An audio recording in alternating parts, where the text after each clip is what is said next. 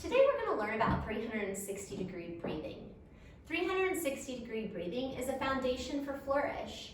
It allows us to maximize our mobility in our spine and rib cage, improves our muscle flexibility throughout our torso and abdominal wall. It allows for better oxygen uptake, better awareness, better breathing mechanics, and better core activation.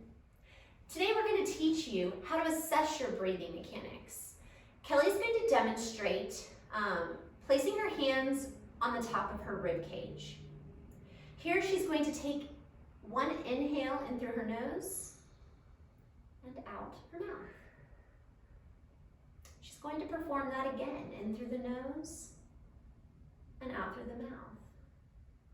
We should feel a little bit of motion here, but not all of our breathing and movement should come from the upper part of our rib cage and neck. We should also feel equal movement between the right and the left side. Next, we're going to assess lateral rib expansion. Lateral rib expansion is the mobility that occurs when we inhale, moving the ribs out away from the center of the body, or laterally. So we're going to have Kelly inhale through her nose, and as she does that, she's going to feel her ribs press out into her hands. Again, she should feel this equally between the right and the left side.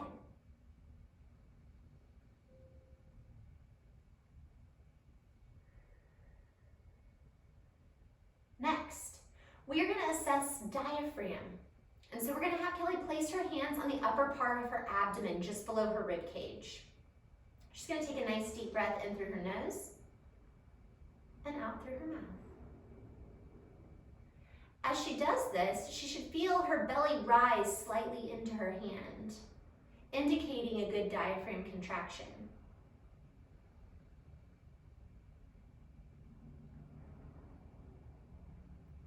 Finally, we are going to have Kelly move her hand to her mid-back. We want to feel the thoracic spine and the posterior ribs, or the ribs on the back side of the body, moving down into the mat, expanding back as she inhales. So we're going to have Kelly take a nice deep breath in through her nose. And as she does that, she should feel her back press against her hand and against the yoga mat. Exhaling through her mouth. Having balanced mobility and extensibility in a 360-degree pattern around the base of the rib cage is ideal for good breathing mechanics. Next, we're going to show you two breathing patterns that we would like you to avoid. The first one is an accessory breathing pattern.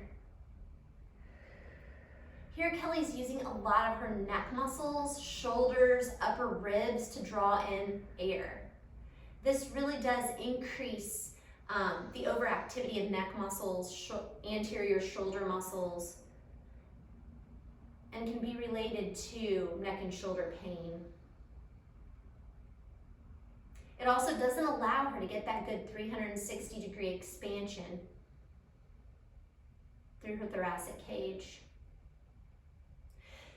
The next pattern that we would like you to avoid is only belly breathing.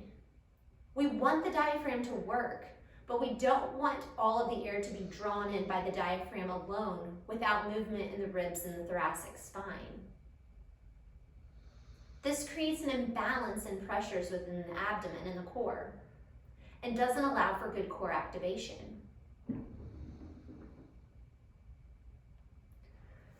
Finally, we're going to have Kelly demonstrate 360-degree breathing again. So you can see that in order to obtain a good 360-degree breath, she wants to feel lateral rib expansion through the side of her thoracic cage, a gentle belly rise, indicating good diaphragm contraction, and her mid-back pressing into the yoga mat, indicating good thoracic spine mobility, and again, good rib mobility.